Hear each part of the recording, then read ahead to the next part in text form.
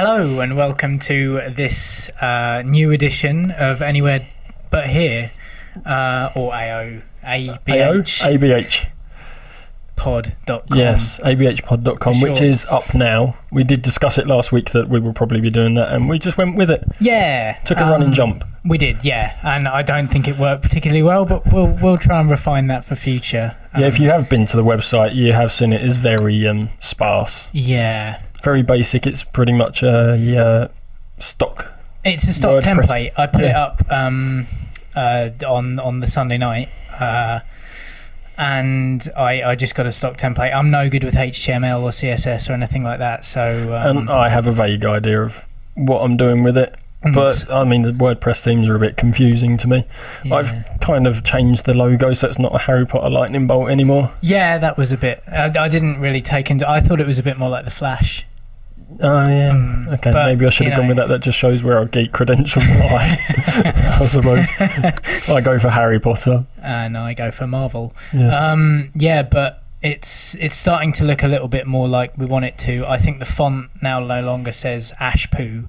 Is that what it looked like? I didn't really remember what it looked like. Kind of what it looked like. It did say abhpod.com, It but we didn't did. actually change that to Anywhere But Here, which we haven't actually discussed or Yeah. explained what Anywhere But Here is.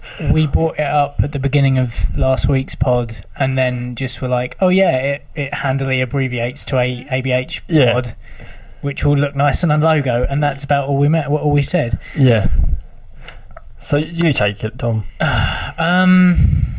Yeah, so Anywhere But Here is it's a callback to when we were in the band we were talking about last week, High Frequency. There was a song called Sunday Morning Service, where the final part of the choruses was sung, the lyric I'd rather be anywhere but here, and it was basically about going to church every Sunday. Yeah, the idea of the song, it was your typical teeny punk song. It was about watching a girl that you liked as she went to church, and you didn't understand why she went every week. Yeah, like, why is she going there? She could be hanging out with me. Yeah, 'Cause I'm infinitely cooler. I think it was cool to be, oh yeah, religion, fuck it. Who cares about religion?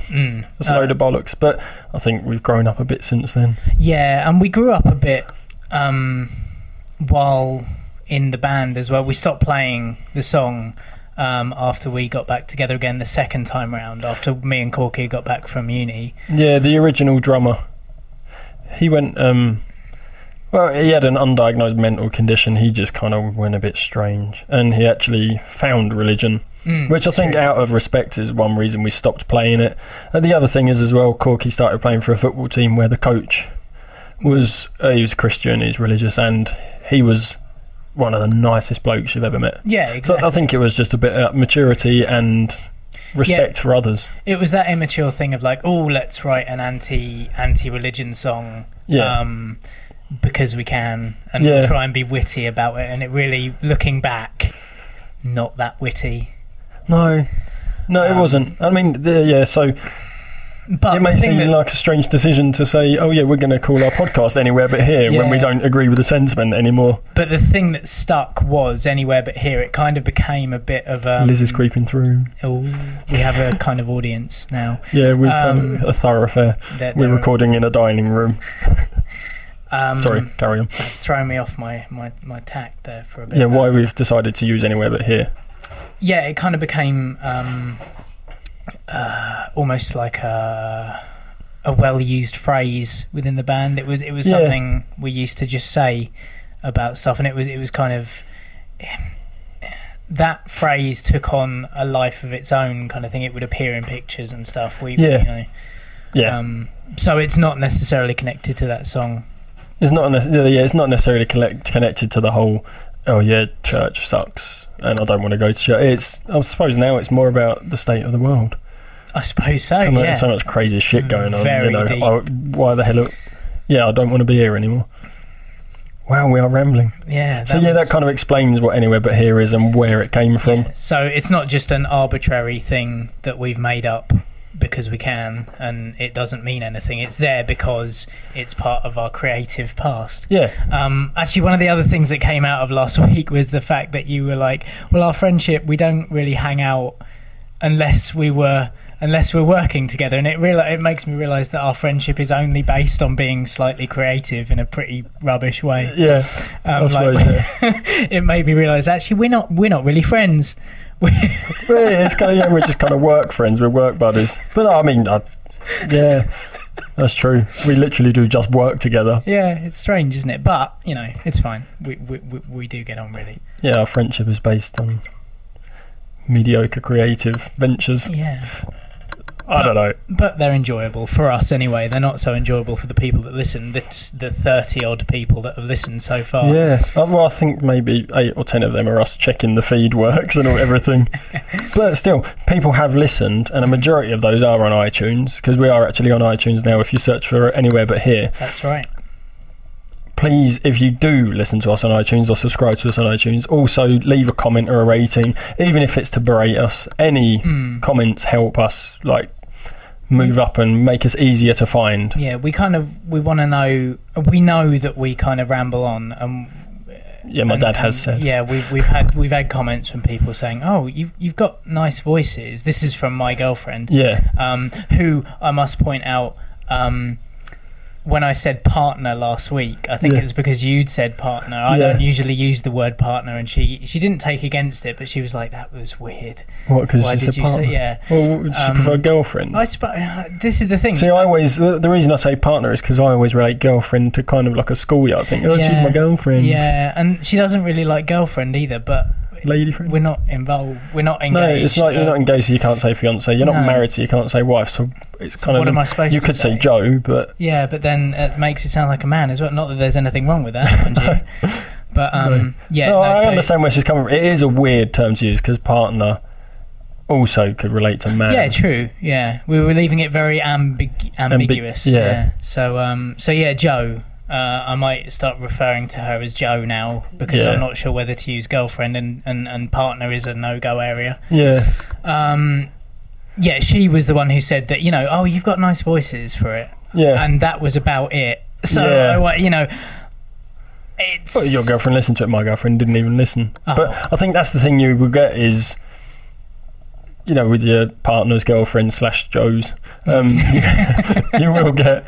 you'll get some that will listen to it and they'll be quite positive about it. And that's kind of what you get others that just won't bother listening. Yeah. It's kind of two different things.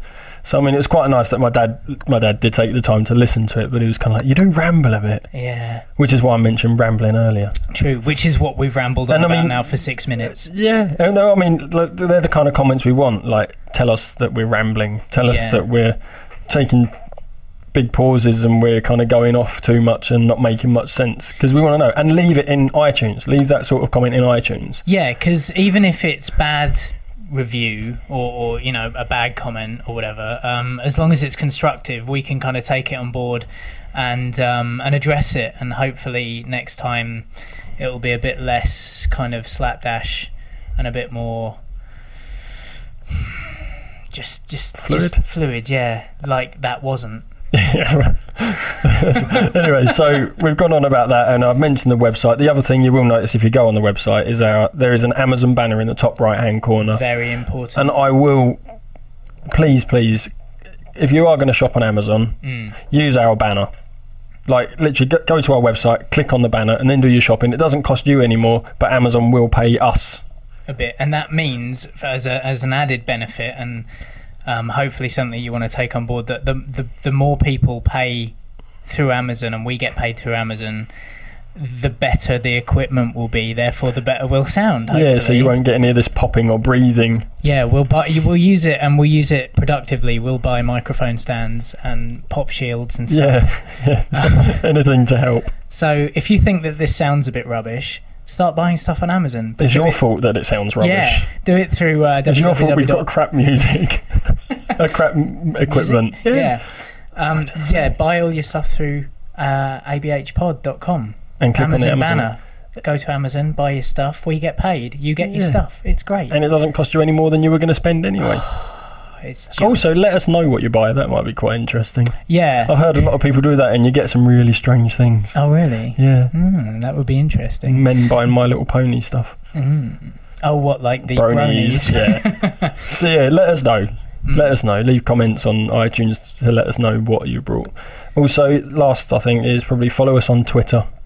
So we didn't mention that last week. That's true. Ant's had a Twitter for a while. I have literally, in the last 10 minutes, just signed up to Twitter and put my first tweet out into the world. And he is an egg. And I'm an egg at the moment because I can't find a picture that's small enough to put onto iTunes because I take great, amazingly big pictures. Yeah. So you can find us on Twitter. I am, what am I? Hey, it's Ant. And I'm Hey, it's me, Tom. Because Hey, it's Tom has been taken by someone. Cunt. Ooh. See, now that's another thing. We got the explicit rating last week, so I feel like I'm a bit freer. That's because we said we were explicit. I don't know. I feel a bit freer to swear now this week, and I thought I'd get that one out the way fairly early on. Yeah, it's a good one too. It's a divisive one. It's the one we used to use to test our... Was the mic check. It was the mic check, because you get the nice sound and you get the... but you don't usually say it like that. No. But yeah, so I think that's all of that. Yeah. I think we should probably get into actually discussing something. Yeah, why not? The one thing I actually found interesting today, I was going to mention this story. Did you see about Iran sent a monkey into space? Honestly, I didn't. You didn't see this? No. They say apparently they sent a monkey into space, and I was bringing it up because have you seen the picture? Oh my God. It's absolutely heartbreaking. He's like strapped into this chair, and he actually looks sad. It's not often you see a monkey look with a sad face on. Yeah, but that is definitely an upside down smile, isn't it? It's definitely an upside down smile, and I thought that was heartbreaking. But when I came to find the picture, I actually haven't even looked into this. This is something new to me. It's a lot of stories claiming that it was a fake story. Oh. Like, why would you... The other thing as well I was going to say is, like, even if they did send the monkey into space, why? I mean, in this day and age where you can just send a person into space... I mean, I know Iran's space program isn't advanced as the West's or Russia's. But we know we can send people into space. Yeah, Russia so why would you send an Russia animal was into sending space? Animals into space in the 50s. I think... Laika the dog. And I'm sure they sent a monkey as well. Yeah, I think they sent it. But I can't remember the name of the monkey. But yeah, it was...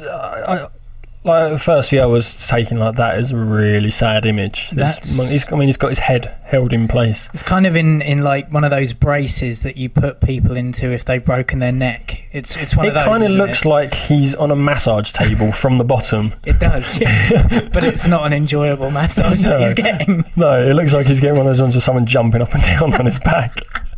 Oh, sorry, that's horrible. But yeah, that's the only thing I can attribute it to. But yeah, they say... but yeah, apparently it might be fake. And I can't really... This is a really bad story of all these bloody pictures breaking up. That's a Telegraph as well. No, I don't know. But anyway, apparently it's fake. I'm not going to try and read over. Well, I hope it's fake, and I hope that monkey wasn't put in any horribly stressful situation. Yeah, I just think it's ridiculous. Like, why? I mean, they've sent people go into space and people will land on the moon and walk on the moon. So why do I then? Oh, let's see if we can. Like, Yeah. And I'm not sure it's not a secret. Like, the technology is not a secret. True, but like I said, Iran's space agency probably isn't as advanced as the West, so they still need to do these kinds of tests before they send an Iranian up there. But why not send not a robot, but some you can send equipment up there to measure, simulates like life. But like Possibly. Will measure your pressure and your integrity of whatever you're sending it up there in, so that it won't implode and kill all the people inside. Why send a monkey? Yeah, I mean, the thing is, like, when like Russia and the US were sending people up into space, there's as much technology there as there was in an iPhone. I'm sure like Iran are not limited to less technology than an iPhone. True. So, do you know what I mean? You're saying there's not as advanced. No, they're not as advanced, but they've still got the same technology. They've still got more technology than the US and Russia used to have. Yeah, I suppose. I don't know. I'm trying to... I was just affected by the sad monkey. Yeah. I'm not going to have a go at the Iranis. I mean, they're next in line with the atomic weaponry and stuff, aren't they? We'll be keep quiet. Got their going to be listening to... you never know. Well, yeah, true. we might have a lot of insurgency type fans out there. Who knows? I don't know. Well, I think. I don't know. Who? You've got nothing else, have you? Only my gym story this week. Yeah. I've gone back to the gym after weeks and weeks off since before Christmas. I basically thought to myself, it's not going to work over Christmas and New Year going to the gym. It's just not going to happen. I had a couple of weeks off after New Year, and the gym's too far away from my house to bother going to, and I had all my Blu-rays and things to watch. Why would you go out? So why would I go out? I didn't have a lot of money after Christmas and New Year anyway, so why go out when I could just stay in and amuse myself?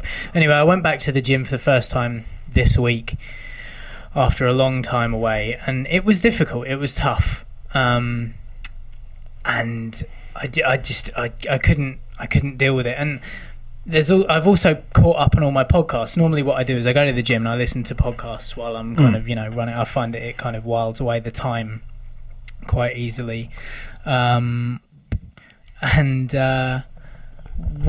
happened this week was that I didn't have any podcasts to listen to, so I thought, I'll listen to a load of songs that I generally haven't listened to in a while. And I thought, well, I don't know what took me. I don't know what came over me, but I decided to listen to the Immaculate Collection by Madonna. Yeah, which makes my first question is, why do you have the Immaculate Collection by Madonna on your iPod? Honestly, because some of Madonna's early stuff I really, really like. It's kind of fun, poppy, bouncy stuff. I mean, there's some stuff on there that's There's nothing better than lifting weights to Material Girl, is That's right, yeah. It's got that kind of beat to it, though, and it's up-tempo and beat-driven. I mean, usually I would listen to kind of drum and bass or something like that. That's definitely up-tempo. Or The Prodigy or something, something kind of aggressive and up-tempo. But this time I thought, because it's my first week back, I'm going to be happy I'm at the gym. going to be happy in tempo. I'm going to try and raise my mood a little bit, because I didn't really want to go, let's face it. You spend some time away and you just go, It is one of those things. So I was in there listening to the Immaculate Collection, and about an hour through, Vogue comes on, and I'm on the bike, and I get this overwhelming urge to start throwing shapes to Vogue, to Vogue. But I really had to resist it, especially coming right up to the end where it's like Vogue. I didn't. But the very next song on the Immaculate Collection is Justify My Love. So you kind of come out of Vogue, and it's all very kind of, you're kind of getting the Vogue music coming in, and I'm on the cycling machine. For those who are wondering what that noise in the background, Tom has put it on. It's on my iTunes right now. And then this happens, is that Vogue ends, and then you get the beginnings of Justify My Love, which has got this kind of old school industrial trip hoppy type beat to it.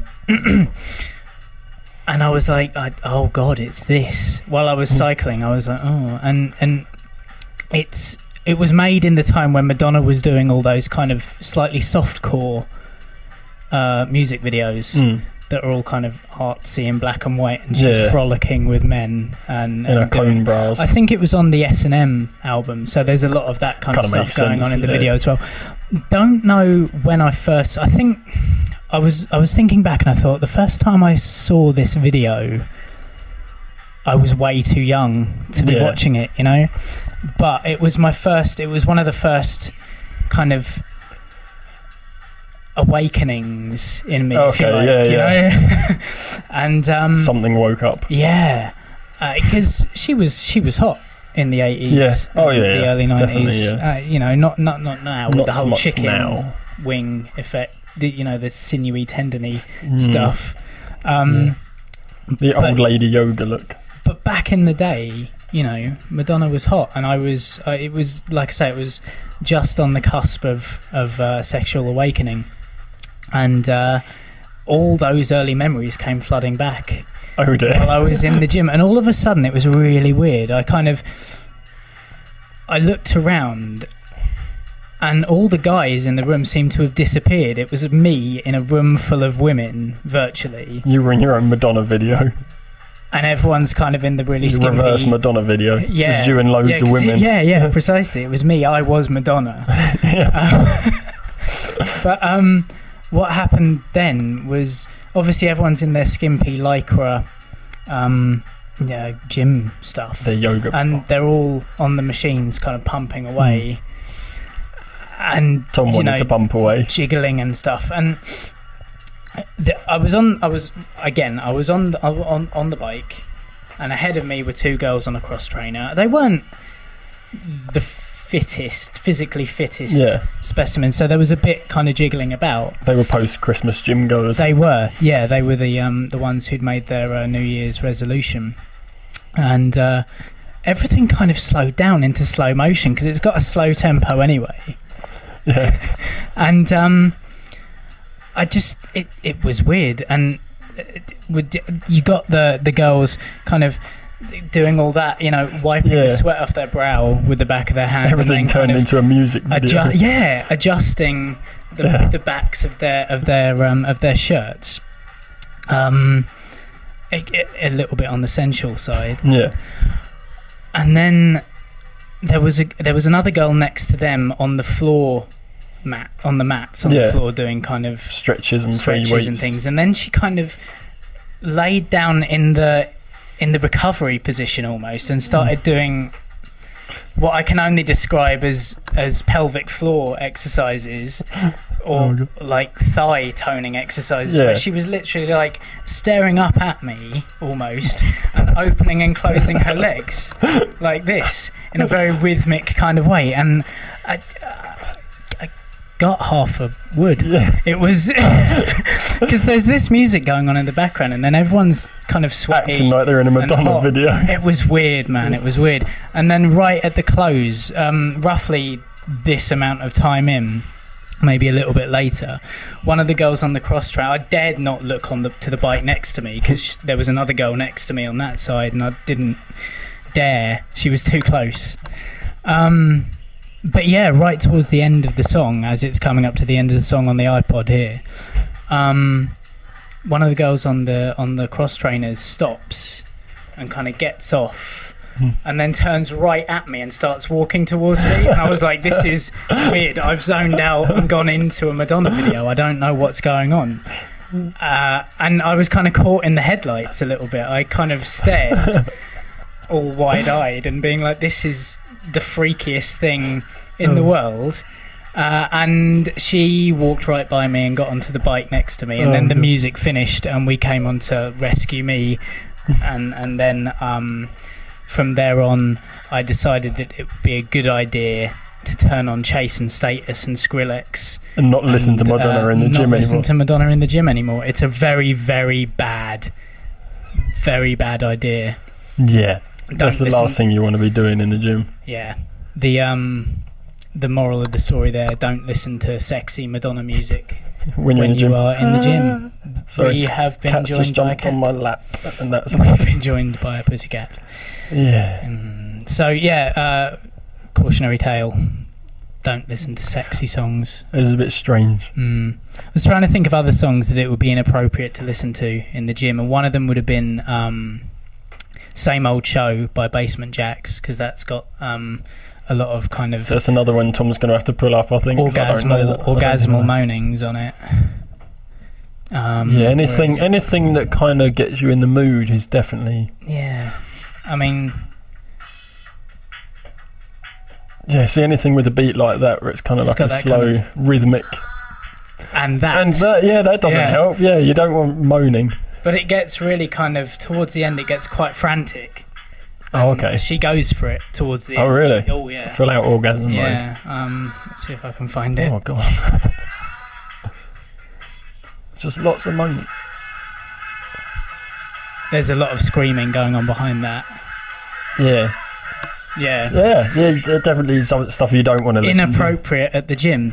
Yeah. I was waiting for you to say, like, when the music ended and she was walking towards you, it ends and she just says to you, "Are you nearly done?" And you'll be like, yeah. Give me 20 seconds. Yeah, I might be walking a bit funny. But that's the thing, it kind of came to the end. My cycle, the allotted time that I given myself had expired, but I didn't get up. Dare move. No. Wearing shorts. Shorts. That's the last thing I want happening to me at the moment as well. Yeah. Actually, I was debating telling that story just in case, it got you a bit excited, because Ant has had... I've taken a step towards the Jewish religion. Yeah, he's had an operation a couple of days ago. We nearly didn't do this because he was feeling a bit fragile the other day. Yeah. But, unfortunately, I have lost part of myself.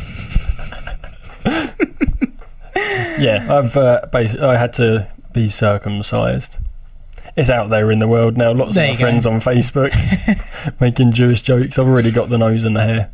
I might as well get the downstairs bits to match. So I suppose probably give a reason why I had to be circumcised. Yeah, why not? It wasn't a choice out of...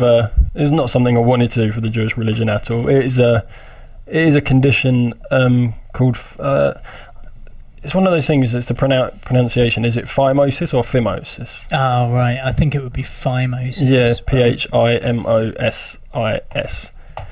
Which is... Let's see what... Glands Pro-Kit? Wikipedia description, because Wikipedia is the most... Let's not go to a medical website. Look at that. Mine didn't look anything like that. It is a condition where in men the foreskin cannot be fully retracted over the glands. Ouch. Which, you can get clitoral phimosis in women as well. So you had tight skin? Basically, very, very tight skin. Ow. Basically, and I've had it my whole life. And yes, it did cause problems during sex. Like, it would tear, causing lots of scarring, which made it even tighter. Yeah. So it kind of got to a point... I think I mentioned it to my mum and dad a few years ago, which was quite embarrassing, but they said I should go to the doctor. I was like, no, I'm all right. Well, like any self-respecting British man. No, it's fine. No, it's fine. No, like in America, it wouldn't be any problem. Like, I've probably been circumcised as a child. True, yeah. But it is one of those things, and I mean, the reason I feel like I should mention it on the podcast is because apparently it is quite a common condition. Oh, really? It is fairly common, and I probably should have left Wikipedia open to see the stats on it, but there was a giant picture of a penis. Which is a little bit off-putting while we're podcasting. While we're doing what I think. It's quite a common condition, and like men being men are quite worried or embarrassed to talk about it. True. And I thought, you know what, I've had it done now. Let's put it out in the world. Is it as bad as you think it's going to be? No, I mean, I did think it was going to be very painful, and it hasn't actually been that bad. The worst part was, like, the reason we almost didn't do it was yesterday I kind of got in the bath to soak my bandages and take them off, and I should have eaten beforehand. It didn't hurt. It was just literally seeing it in that state. Yeah. 'Cause it's not a pretty I can imagine it. I can tell that once it's healed, it's going to be fine. It's going to look a lot better, but... Yeah, I kind of got a bit lightheaded, and that's the last thing you want in the bath, is to get lightheaded. So I kind of had to sink down a little bit and rest my head on the back of the bath. But yeah, it's not it's the sensitivity more than anything. Yeah, I'm sure. Kind of getting used to it rubbing against the inside of your underwear. Well, yeah, because it's quite a sensitive area. And yesterday morning... Because I had it done Thursday. We're on Sunday now. We record Sunday. So I had it done on Thursday. Friday morning, woke up perfectly fine. Saturday morning, woke up with the morning wood for the first time, which put strain on the stitches, and that was very uncomfortable. So you kind of end up just curling up, laying in the fetal position to try and draw it into your body as much as possible to not stretch the stitches too much. But like, I woke up with it this morning wood again, and it wasn't as painful as yesterday. Oh, that's okay. So it's definitely healing. It's on the mend. It's on the mend. But yeah, you can't really do anything else with it. For 4 to 6 weeks, I think it is. Yeah, it's a long time. It's a long time before you can do anything with it, which... Yeah, that's going to cause problems. I can imagine. It's going to be... let's get rid of that. It's going to be very uncomfortable, like in... like a week and a half, 2 weeks, where I've not been able to do anything, relieve myself, shall we say? Yeah. I'm not going to pretend. It's probably not going to be very nice for Liz either, but she's not the one with half of her skin missing. No, she's not the one with nice open wounds. But it is, it's not pleasant. But I'm glad I got it done now. Oh, that's okay. I'm definitely glad I got it done. So anyone that does have that condition, I would say, like, because there's another, you can actually go like through stretching exercises, which takes weeks, but you can actually try and manually stretch it. Oh, really? Yeah, but I tried that and that didn't work for me. So if you're like me and that didn't work for you, definitely go talk to your doctor. Try and get something. So it is embarrassing as anything. Well, and yeah. And don't be worried about getting a fucking hard on when you go and talk to your doctor. It's not going to happen. You're too scared to get a hard on. I don't even think I'd have a penis if I had to show it to a doctor. No, I mean, it would disappear. I think the worst part about actually the circumcision was when I saw the consultant that morning before the operation. And he said, there's going to be some discoloration. He said, but let's face it, if there's going to be any beauty competitions for penises, you're not going to win anything. I was like, you fucking arsehole. And I'm hoping he meant post-op rather than pre-op. I'm hoping he meant because it's going to be mangled, there's going to be nothing. But that yours isn't a particular. He told me, I was like, oh, yeah, cheers. Thanks very much for that. Yeah, a bit of confidence. But you don't know anything about it. You literally go into the anaesthetic room, the room, and they kind of, you got a cannula in your hand. They stick a cannula, which is quite uncomfortable. In actual fact, that's probably worse. That really? Pain, because it's such a intense pain, the sharp pain. They just stab you. Yeah, they don't numb it. Do they not? They literally they run the antiseptic sort of cream on it, and I think there's slight numbing, but then they just stick a cannula in you, like a needle, and it's like, oh shit. So I was talking to the nurses about sort of like my work and stuff, and then I woke up. I see. I saw her come with a massive syringe, put it in my hand, she's talking to me, and then I woke up in the recovery room. And you have, there's not even a gap between the two things. There's just... No, you're talking you wake up. Oh, wow. See, I've never been put under general anaesthetic. I did when I was a kid once. Another related to that area, really? Had an undescended testicle. Oh, right. So I only had one ball, so they had to go in and pull one down and stitch it to my ball bag. Oh. I think they do it that way. I don't know. Or they pull it down, basically. I see. But that's quite a common thing, apparently, as well. But they sort that out when you're a child. But, so... That's funny. There's my circumcision story. Because I'd known two people who've had circumcisions, and actually one other person who had an undescended testicle. Well, one of the ones who had the circumcision as well? No. Oh, so no. three separate people. Three separate people. So that's three people that I know who've... Yeah. Similar situation. Well, that's the thing. I mean, the consultant was like that, what's the word? Fucking, I don't know, he was quite open. Oh, right. Like when he was talking to me, I'm on a ward with other people. They're not all there for the same operation. Oh, right. So you're on a ward and he was talking to me and then there's this 17-year-old lad kind of laying next to me and we got talking and he went, I had the same operation you're having when I was younger. Kind of, oh, thank fuck, I can talk to someone about it quite openly. Okay. He was there for a tonsillectomy. And then when I got back from the recovery room, and he turned to me and he went, that guy over there had the same operation as you today.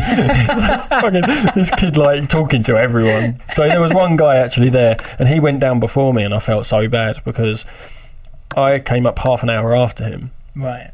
And I felt fine and I had something to eat and he had something to eat and he just went pale and he kind of went to sleep. He was really suffering with it and I was kind of 2 hours after my operation I was kind of walking around my bed get this fucking cannula out and let me go home. Oh, that's cool. I need to go home. So I mean I had a good couple of days but then it serves me right for having those good couple of days that I felt shit yesterday. Yeah, I can't imagine that the dressing of your own bandages would have been the easiest thing to do, especially now you're fully aware of it. Now the numbing is completely gone. Yeah, that's what I say. It wasn't really painful taking the bandages off at all. It was uncomfortable. I'm not going to lie, it was uncomfortable. Luckily, so you're soaking it so the blood's loose, so it doesn't get stuck. Yeah, but it is just they wind it so tight. I think the width of my dick was a third the size it normally is. They wound it that tight. I mean, how can you compress it that much? A muscle, how can you compress it that much? Yeah, it was so weird. It looked like a fucking Coke bottle. So there's a nice image for you there. There we go. Yeah, it's out there in the world. Yeah, leave some awkward comments on my Facebook page. Yeah, there'll be lots of jokes about that. Hopefully, that might actually make people comment Who knows? Yeah. Don't comment on my Facebook page. Comment on the iTunes. Comment on the page. iTunes. Comment about Ant's penis on the I'm iTunes. sure that's going to be something to do with the name of our podcast this week as well. Something to do with circumcision. That's true. The episode name. Something to do with Madonna and circumcisions. We'll have to come up with something punish afterwards, unless anything comes to us now. So I'd known a couple of people to get it done, and I've seen that kind of stuff firsthand. It's not a pretty sight, but it's definitely compared to the kind of pain people were in before and kind of put up with for years previous to that. It's not so bad, and at least it's not like one of the guys I know who had it done, he was very young, so that was fine because there was no issue with the guy boners. With the boners. That's the guy next to me, the 17-year-old lad. He had his done when he was 6, I think. So he was old enough to remember about it, but obviously not old enough to suffer from the psychological nocturnal emissions or anything like that. The psychological effects, and so he had it done when he was a lot younger, so it was obviously not as bad for him. Whereas another guy I know got his done when he was 18 or 19 and continued to go out on the lash. So it's kind of his own fault. He didn't we have a child. He didn't have the best time on nights out, even though he continued to go on nights out. He said that it was very, very painful and literally wadded himself up like it was a nappy or something. Oh my god. There's no way I could do that. You're right. Harry Potter's on. What, on telly or the DVD? TV. On the TV. Go and watch it then. We're recording. Huh? Say hello. Hello. Yeah, that's Chloe, my daughter, 5-year-old. She likes Harry Potter as well. That's the second time it's been mentioned on the podcast. True. There could be a third time as well. I was going to say, because you've got something to show me. But I haven't got it. Can you go and get my book? Where is it? The big book. It's in the other room. Thank you. So what would it have been? The week before we were supposed to record the first episode. That's something I was going to say. On the last podcast, we said this episode should be up middle of February, maybe. Yeah, I know. And we're recording the second one before the first one should have even gone up. You said that you'd have excelled yourself if you got it up before halfway through February. Yeah, I think we've excelled ourselves by recording a second one before then. Most definitely. Yeah, so that's not my book. That's your One Direction book. No, my big book. I've got it in my hand. No, you haven't. You've got a One Direction book and a writing pad. No, not that. My big book. Oh, never mind. Gone in the But anyway, direction. I've got this big book. So, where were we? Yeah, so a couple of weeks... No, the week before we were supposed to record the first episode, we went to the Warner Brothers studio tour in Evanston, Hertfordshire. Which is where they filmed where they filmed all the Harry Potter films, basically. It's the tour, and Liz got it for me for Christmas. And I actually spent £50 on a massive book. 50 quid on a book. 50 quid on a book. Wow. And it's is it the book that reveals all the secrets Dumbledore's of life? gay, yeah. Is it an actual magic book that if you read spells from it, they come true? No, it's not that. No, it's called From the Page. There it is. From Page to Screen. Okay. Which is that is a hefty tome. It is a very big book. Ooh. It's the complete filmmaking journey is basically, it starts from when the production company first got hold of the manuscript for the first Harry Potter film. Okay. So it was actually in the works before the first book was even released. I see. The films were in works before the book was actually released. What, before? Before the first book. Oh, okay. It was released in 98, I think it was. How does that work? Because it's based on the book. So you've got the manuscript. So J.K. Rowling had sent the manuscript out to her publisher, and the publishers send the scripts out to like companies to maybe option the books. So they actually had the manuscript beforehand, and it was on the bottom of a shelf that no one really touched. And it was a secretary that took it home one day. She was supposed to take one home a week, I think it says. And she came in and was like, to her boss, you've got to read this. We've got to buy this film. Like he read it, and it was it an American? No, I'm not sure. It might have been in English. I can't remember if it was an English company or an American company. But yeah, they basically got the manuscript, and they basically started working on the film. And they found it really difficult to kind of get anyone interested in it until the first book came out in America, and like basically it just went mad. So that's why it took, I think it was when just after the fourth film, or just after the fourth book was released, they actually released the first film. It might have been just before. I know very little about Harry Potter. Yeah, I'm only a few pages into it because it's a huge book. I mean, what size is that? It's about 1.5 inches thick. Yeah, it's about 1.5 inches thick, and like size-wise, it's more than A4. It's bigger than A4. But it is a massive book. But interestingly, there was a leather-bound edition that was like $600 in America, I think. What? It was like a really posh version. That's insane. But yeah, it's really interesting. I mean, even if you're not interested in Harry Potter, I think a lot of it's quite interesting because it tells you the process of turning it into a film and finding directors and all the different directors that have been sort of attached to it. I just think it's really cool because it covers all 7 books / 8 films as well, kind of bit by bit. And yeah, I mean, the studio tour itself that's incredible. Like, well, you start off in like a sound stage. I mean, you get an allotted time. You get a half an hour slot. Oh, right. Because it's so busy. So you kind of like we had like between 2 and half 2, I think. So we started queuing up about 1:45. So we got in around 2 o'clock. Because you're in like, you've got a cafe, you've got a Starbucks and a cafe to eat, and you've got a shop you can go in. And then you just queue up.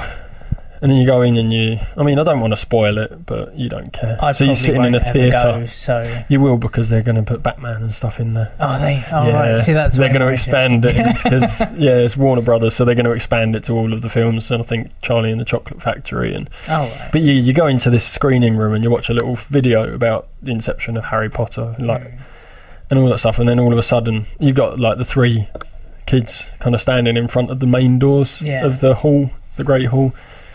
And they kind of go into the Great Hall, and one sticks out, come in, and then the screen lifts up, the cinema screen, and you've got the entrance to the Great Hall behind the screen. Yeah. It's really cool, and you walk in and it is the Great Hall.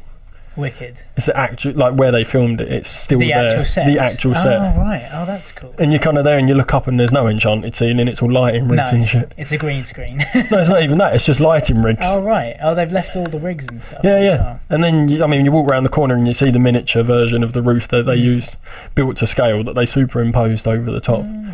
But yeah, and you get all the set pieces and shit like that, and then you go outside and the vehicles, and they got the houses. Do they have like costumes and stuff? Yeah, as well? they got all the costumes. Everything is there. Wow, incredible. And then you go to another sound stage, so it's more set pieces, and it's like the green screen and animatronics and things like that.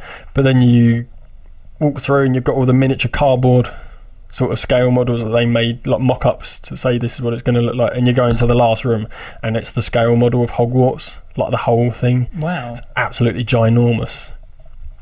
It is just like I say, even if you're not interested in Harry Potter, there's a lot of stuff there for people. An interesting day. I mean, it's like, this is how to make a film, and we're going to use Harry Potter as an example to show you how we do it.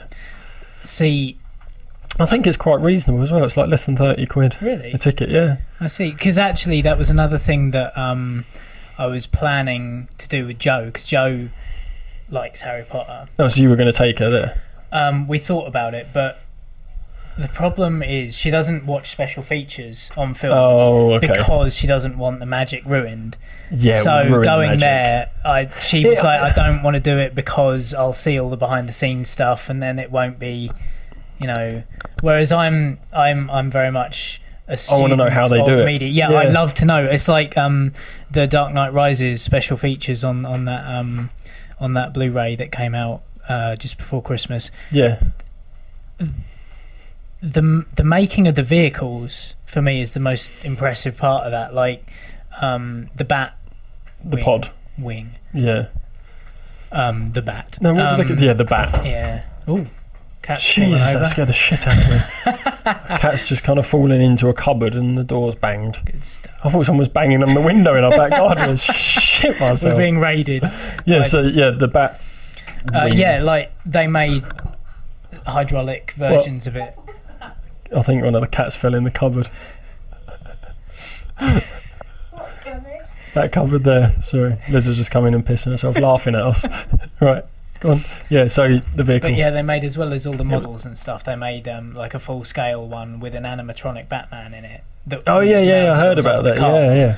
And all that stuff really fascinates me. So behind the scenes stuff like that, I actually might be more interested to go and see that. Harry Potter I mean, the world thing is, if Joe didn't want the magic ruined, I would say definitely. Yeah, probably. But the thing is, like, see, I'm the same as you. I think it kind of makes it more magical, but that's because I love how films are made. Yeah, it's just because now I'm watching the films, I'm going, oh, that's this. I always saw that. Yeah. And they've got there's a scene in the second film, The Prisoner of Azkaban, the third film. Chamber of Secrets is the second one. Right. So I can't even remember if it's the second or third. I think it's the third film, where they're in the pub, the Leaky Cauldron, which is the pub in Diagon Alley, and they're upstairs in all the rooms up there, because it's kind of like an inn. So you've got rooms where you can stay, but there's a scene. It's kind of like a throwaway scene, where you kind of got the maid knocking on the doors. She knocks on one door, and it's housekeeping. The door opens. This monster just growls at her. You don't see the monster. Right. It just growls, and her hair goes, "Oh, I'll come back later," sort of thing. And it's kind of like a throwaway scene. Yeah. But you kind of look up the hallway, and it's this really long, rickety hallway. When you actually go, you see the rickety hallway is like a false perspective set piece. I see. Yeah. So it's like it's only probably about 6 foot long, but it looks like it's a 20-foot hallway. I see. So you're watching it and you're going, that's amazing. Like, and it looks like a real hallway. You go there, it looks like a real hallway. You have your picture taken in front of it, and it looks like you're standing in this hallway. Oh, right. But it's not. It's false perspective. That's what I like about it. And I thought, that's amazing. And there's this bit, like, there's Hagrid, the half giant. He, Robbie Coltrane. Yeah. A lot of the scenes with him weren't actually him. It was like a rugby player. Was it Martin Johnson? I don't think it was Martin Johnson. I don't think he was that famous. He's a British rugby player. He was. This guy. I don't know. I want to say it's Martin Johnson, but I don't think it is. I think me and Joe had this conversation literally a week or two ago. Martin Bayfield. Martin Bayfield. That's it. Yeah. Oh, so he is fairly famous. Oh yeah, he was in England. Yeah. He 6'10", 20 stone English rugby hero. Bloody hell. But yeah, But basically, it's not just him in the costume with like a wig on. It's a false head. Oh, really? It's an animatronic to give head. It the proper perspective. But you see the head, and it moves like a real face. Really? It's fucking creepy. Wow. It's really, really weird. And they've got like Voldemort when he was still like a crippled baby thing before he was the fetus Voldemort. Yeah, and they've got that moving. I mean, I've got videos of it. I mean, if I can, I might post them up on as like a companion to the podcast. Yeah, as well as probably the picture of the monkey from earlier on in the show as well. Yeah, so we'll try and do that as much as we can as well. Like post all the stuff we're talking about. Maybe not the picture of the penis, but we might put that up there as well. Who knows? Yeah, I might even put like just the word phimosis and have it as a link to the Wikipedia page. Just as interesting companions to our constant rambling. Yeah, it's like a lot of podcasts has Tumblrs that fans do. So, but yeah, so I mean, all that sort of stuff to me makes it more magical, because I love watching films and going, I know how they did that. I know how they did that. Yeah. But at the same time, like, I kind of want to take Chloe there because she likes Harry Potter. She's into it. I mean, I think she's a bit young now because like we were there for like 3 or 4 hours.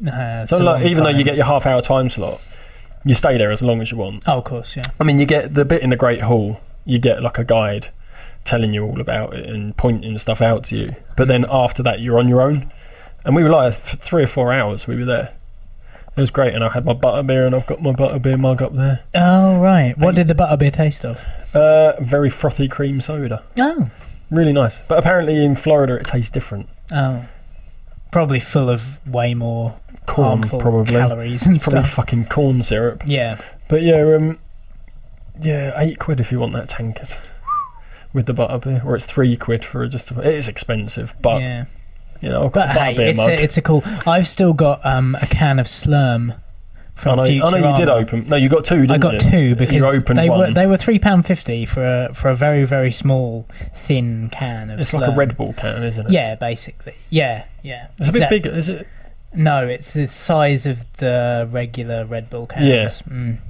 And yeah, so I bought 2, and that cost me £7, and that was a few years ago. Yeah. Just because I wanted to see what it was like, and it was just like Red Bull. It was really disappointing. Yeah. But I've still got that I don't know why you kind of closed want it to be a magical. Yeah, I mean, in Harry Potter, when they describe butterbeer, they say it's like a warm drink. Oh, right. Or you drink it and it makes your insides all warm and and you're like, oh, that sounds amazing. You drink it like it's cream soda with a really thick head. It's just kind of like. They're never. That's the thing. We shouldn't be suckered in by the magic of movies because we know how they're made and we know it's all fiction. But still, it would be nice to have the products that are in those films to actually taste as they're described in the films or the TV shows. I want butterbeer to warm my insides. I wanted Slurm to be highly addictive, and it wasn't. You fucking didn't at $3.50 a can. No, definitely not. But they'd have made a fuck ton of money if it had been. Yeah, just slip some cocaine in it. People would be buying it all the time. Yeah, look at that'd probably make it cost more than $3.50. Maybe. Anyway, so that is that book. That is the Warner Bros. Studio tour. But like I said, they are expanding. I mean, I don't know how long. I don't think they've got dates or anything. But there's going to be like Dark Knight sort of Batman era. That would be quite cool. I think that is Warner Bros., isn't it? Yeah. Yeah. So is most of it actually. But yeah, they're going to have Dark Knight there. I think Charlie and the Chocolate Factory. Oh, that was something. Yeah, I was trying to think of what I was thinking. But like Charlie and the Chocolate Factory, not Willy Wonka. It's going to be the Johnny Depp. The Johnny Depp one, yeah. See, that was filmed while I was at university. It was filmed in this massive warehouse right near where I lived. I went to university in High Wycombe, which we did touch upon in the last podcast. Yes. And literally 200-300 meters away from where my house was this immense warehouse, or like a gutted factory.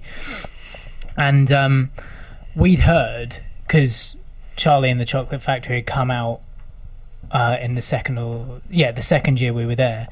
We heard that it had been filmed in this giant warehouse, and we were like, oh, brilliant, great. And me and my housemate Ollie, who was on the film course, we decided... Ed Byrne lookalike. Exactly. Exactly like Ed Byrne. Exactly like Ed Byrne, yeah. Yeah. We decided that we were going to go in to find out what was in there. And we told a couple of people this, that we were going to go in and find out, because it was one of those places that's got, the fences around the outside and security guards and all the rest of it. So we were a bit kind of... and Ollie is the spit of Ed Byrne, so wiry and kind of geekish looking, and I'm not, I'm small and scared of things in the dark. And people had heard we were going there, and they wanted to know what it was like. So we kind of plucked up the courage one night. We donned all black garments, black hats. Like in SEAL Team 6. We were like Arnie in Commando. And we went across to the perimeter fence. And we found a place in the fence that was we could get through, and we did. And we got up to the to the side of the factory and looked in, and it was completely dark and not in the least bit colourful or inviting, like we would expect the place that was a set of Charlie and the Chocolate Factory to have been. We had a look inside. We didn't venture too far in because we shut ourselves up a little bit. And we went to the pub for 2 hours and got drunk and went back home, but didn't tell anyone that we'd wussed out. We then told them that all the sets are still there, all the candy canes and stuff, the trees with the sweets. The problem with saying stuff like that is people can check. Yeah, no, they can't, because the factory was levelled just before I left. But no, we went out. We told them that we'd gone in there and all the stuff was there, and we started getting requests from people when we went to the student union a couple of nights later, and some friends of ours came up to us and were like, oh, do you think you could get me like a prop from in there, like just the you became heroes? And we were like, we can do that. Totally. Because it was getting us a bit of fame, notoriety, and we suddenly got ourselves into this corner of like, shit, there was nothing in there. Like, what are we going to do?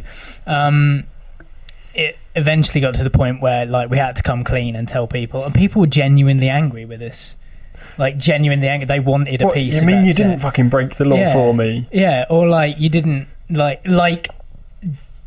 a production team would leave a load of props hanging about in an abandoned warehouse in the middle of High Wycombe.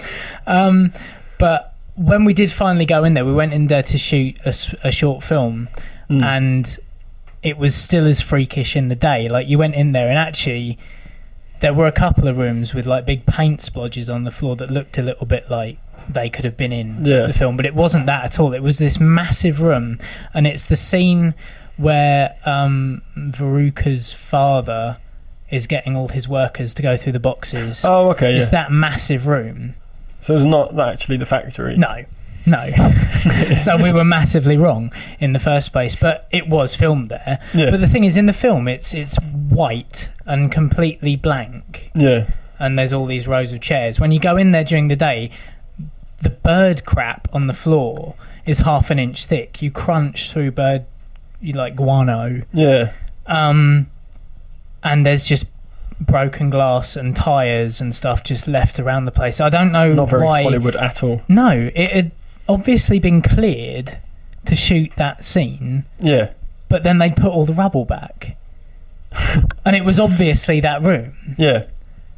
It was really odd, but the weirdest, the most horrible thing about that is as we were wandering around doing our filming for this film that Ollie was presenting, we were going through all the offices and stuff. It was really weird because there's loads of microfilm and just documents scattered all over these office floors and stuff, and all the cabinets are still there, all the filing cabinets, which was cool because it added production value. Yeah.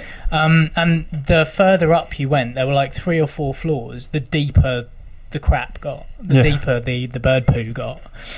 And there were like half decayed pigeons all over the place. Oh, it was weird, man. But a couple of days after we'd been in there shooting and we'd finished filming, and we were they were doing all the production, all the editing and stuff. Yeah.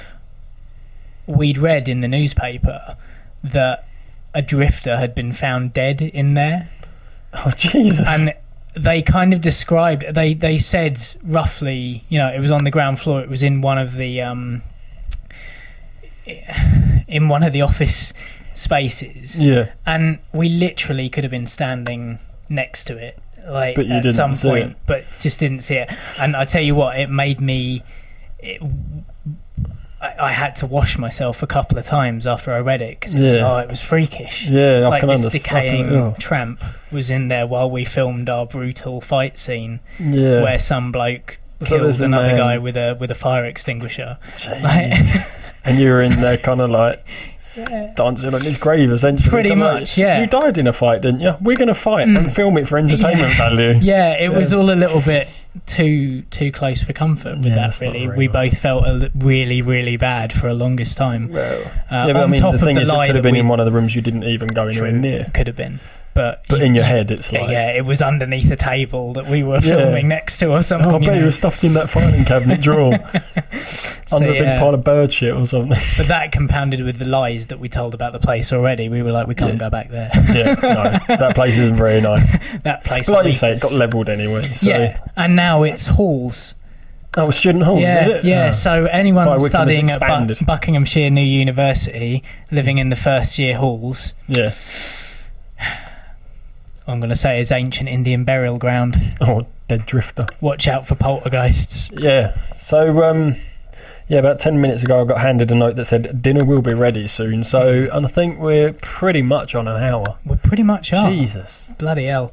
I just hope that we haven't used all of our stories. I've got more stories, it's fine. Oh, we can come with more. I've got stuff.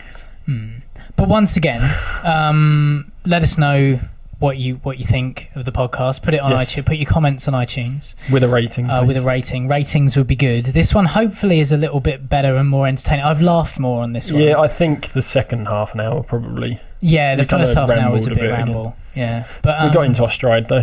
Yeah, I think so. I think it points positive towards the future. The more we do of these, the more confident we'll become. And that's the idea. That's what we're hoping to get from it. That was our modus operandi at the beginning of the first one. One of them.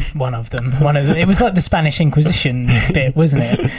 The aim of this podcast is But so we'll leave it at that because we're going out on a high. So comment and rate on iTunes and subscribe. We're on Twitter and things like that, so yes, Twitter. Us. So I am Hey It's Ant. You are It's me, Tom. Yep.